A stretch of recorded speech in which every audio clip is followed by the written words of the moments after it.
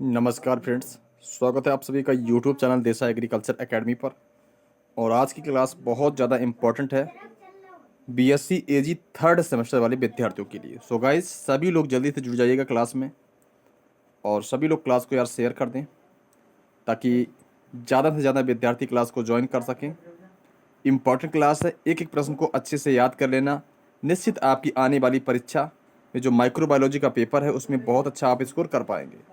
तो स्टार्ट करते हैं वीडियो को यार, पढ़ते हैं क्वेश्चंस को। So question number first, Whittaker ने 5 जगत वर्गीकरण को किस क्रम में वर्गीकृत किया था। मतलब आपसे प्रश्न सीधा पूछा जाएगा कि 5 जगतीय वर्गीकरण किसने दिया, 5 जगतीय वर्गीकरण किसने दिया। आंसर होगा विटेकर। अब वो 5 जगत यार हैं कौन कौन से, तो मोनेरा है, प्रोटिस्टा है, कवक है, प्लांटी और एनिमिलिया, यानी ऑप्शन नंबर बी जो है ये बिल्कुल सही उत्तर है। तो दो बातें यहाँ से हमने सीखी कि 5 जगत का वर्गीकरण किसने दिया, विटेकर ने दिया। अब वो 5 जगत कौन कौन से, तो मोनेरा, प्रोटिस्टा, कवक, प्लांटियन, एनिमिलिया। ऑप्शन नंबर बी यहाँ पे सही है। बढ़ते हैं प्रश्न नंबर 2 की तरफ, यानी 14 नंबर की तरफ।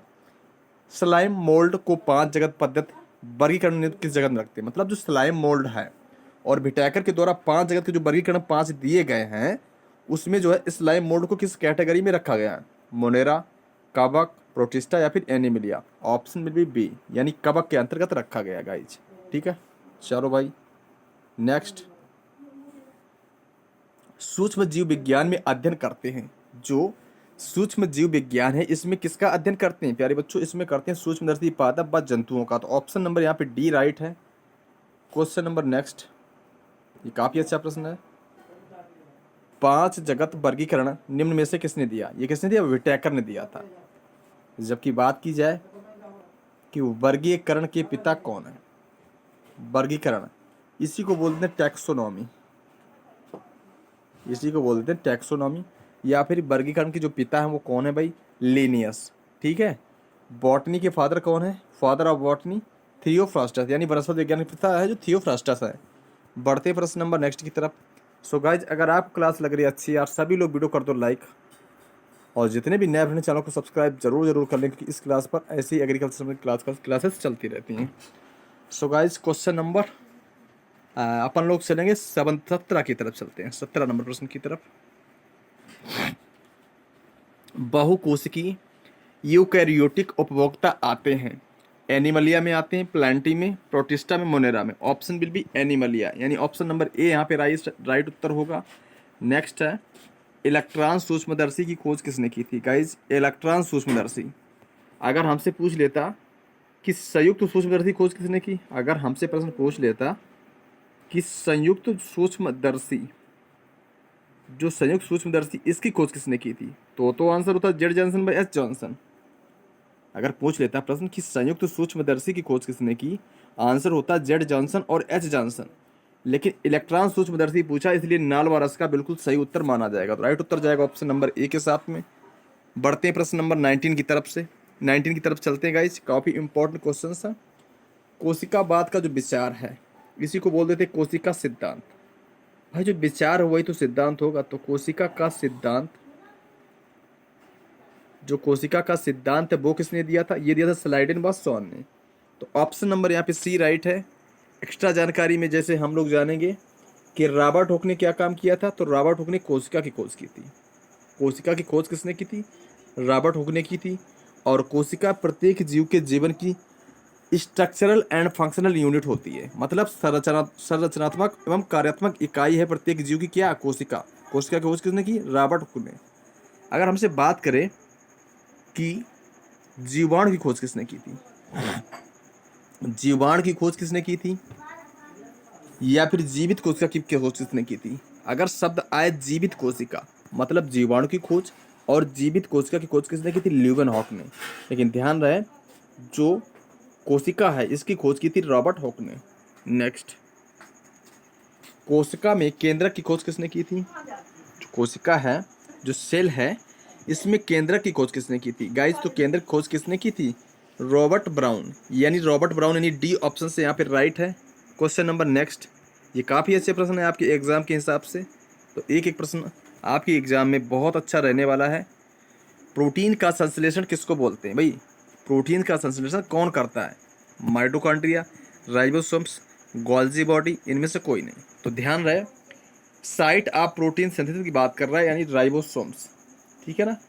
राइबोसोम्स को गाइज कोशिका का इंजन कहते हैं।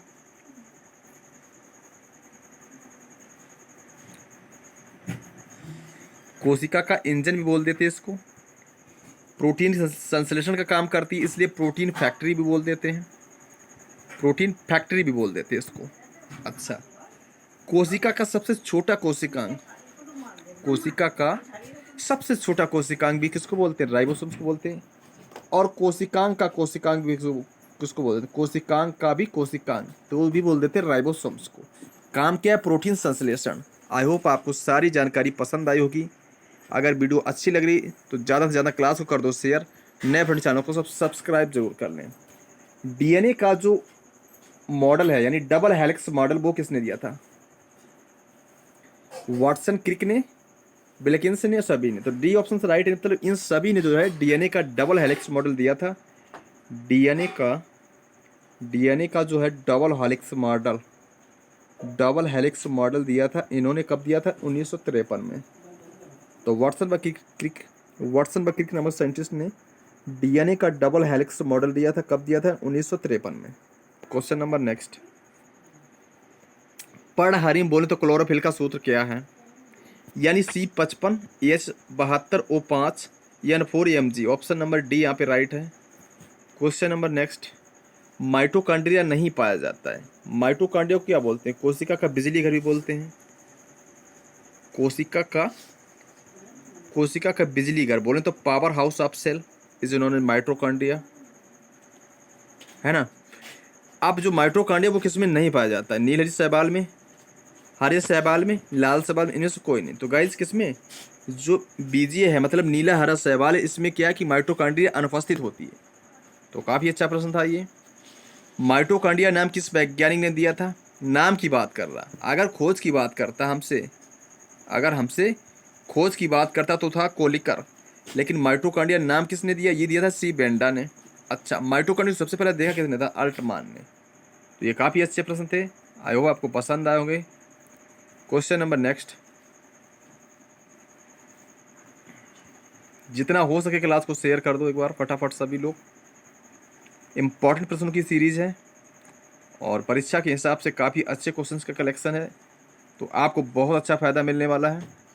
निम्नलिखित में से किस में अनियमित संरचना पाई जाती है? मतलब ऐसी संरचना जो अनियमित है, किस में पाई जाती है? पैरामीशियम में। तो ऑप्शन नंबर बी यहाँ पे राइट है। और पैरामीशियम में जो गमन होता है वो होता है सीलिया के द्वारा।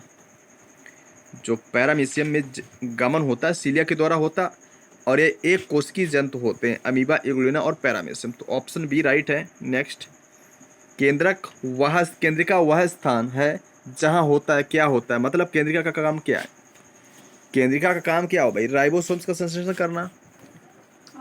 आई थिंक जो राइबोसोम्स है इसका काम तो होता है प्रोटीन संश्लेषण का, लेकिन जो केंद्रिका इसका काम होता है राइबोसोम संश्लेषण। ऑप्शन नंबर सी राइट है। 44, यूकैरियोटिक कोशिका में आनुवंशिक पदार्थ में समाहित रहता है। भाई क्या रहता है? 44 है। 44 का ऑप्शन नंबर ए यानी केंद्रक रहता है। तो 44 का ऑप्शन नंबर ए राइट है। 45, मध्य पटलिका बनी होती है, किसकी बनी होती? कैल्शियम पैक्टेट की। जो मिडिल लैमिला होती है, लेमिना, ये बनी होती कैल्शियम पैक्टेट की। तो मध्य पटलिका बनी होती कैल्शियम पैक्टेट। नेक्स्ट, जीवद्रव जालिका है, कैसी होती है जीवद्रव जालिका? ये इनमें से कोई नहीं, ये सारी बातें गलत हैं, तो इनमें से कोई नहीं सही है। नेक्स्ट,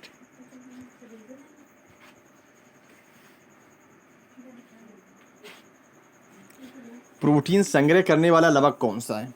प्रोटीन संग्रह करने वाला लवक कौन सा है? एमाइनोप्लास्ट, इलायोप्लास्ट, प्रोटीन प्लास्ट, ये सभी। ऑप्शन हो जाएगा प्रोटीन प्लास्ट। नेक्स्ट, प्रकाश संश्लेषण की क्रिया में भाग लेते हैं, कौन कौन प्रकाश संश्लेषण क्रिया में भाग लेते हैं? Leucocyte and chloroplast. तो कुल मिलाकर जो प्रकाश संश्लेषण क्रिया होती है गाइस, उसमें क्लोरोप्लास्ट यानी जो हरित लवक होते हैं वो भाग लेते हैं, और इसके बनने के लिए सबसे अच्छा तत्व कौन सा? मैग्नीशियम। नेक्स्ट, गोल्जी बॉडी के संश्लेषण से संबंधित है। गोल्जी बॉडी के संश्लेषण संबंधित है भाई क्या है? 49 यानी डी यानी सेलुलोज। सेंट्रोसोम पाए जाते हैं जंतु कोशिका कुछ निम्न पौधों की कोशिका में, जंतु कोशिका में। 50 का ए यानी सेंट्रोसोम मुख्य रूप से होते हैं जिसको बोलते हैं तारक काय। और तारक काय का काम क्या होता है? कोशिका विभाजन में हेल्प करना, सेल डिवीजन में हेल्प करना इसका काम होता है। और यह केवल जंतु कोशिका में पाए जाते हैं। तो ऑप्शन नंबर ए यहाँ पे राइट है। नेक्स्ट, पादप कोशिका तथा जंतु कोशिका में एक मुख्य अंतर क्या है? बताएं आप सभी लोग। पोषक का होता है, ठीक है ना। पादप में जो पोषक होता है वो ग्लाइकोजन, जो कार्बोहाइड्रेट है वो स्टार्च के रूप में पाया जाता है। जबकि जंतु में क्या है? जबकि जंतु में जो है वो ग्लाइकोजन के रूप में होता है। जंतु में किस रूप में होता है? ग्लाइकोजन के रूप में होता है। तो ये बड़ा अंतर है, इसको याद कर लेना आप।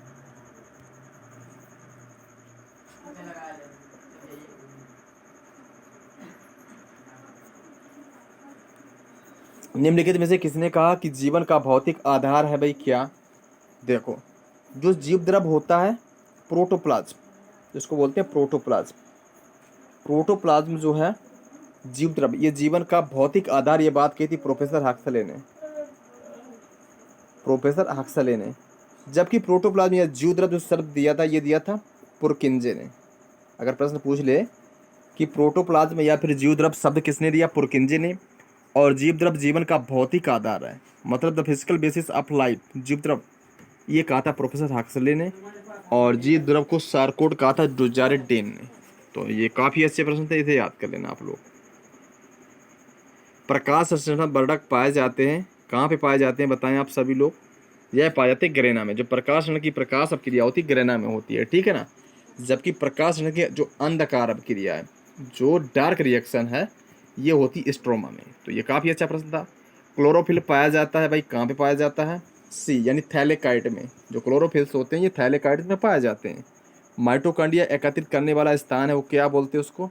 55 नंबर की डी, मतलब सूर्य की किरणों को, इसीलिए तो उसको कोशिका का बिजली घर बोलते हैं।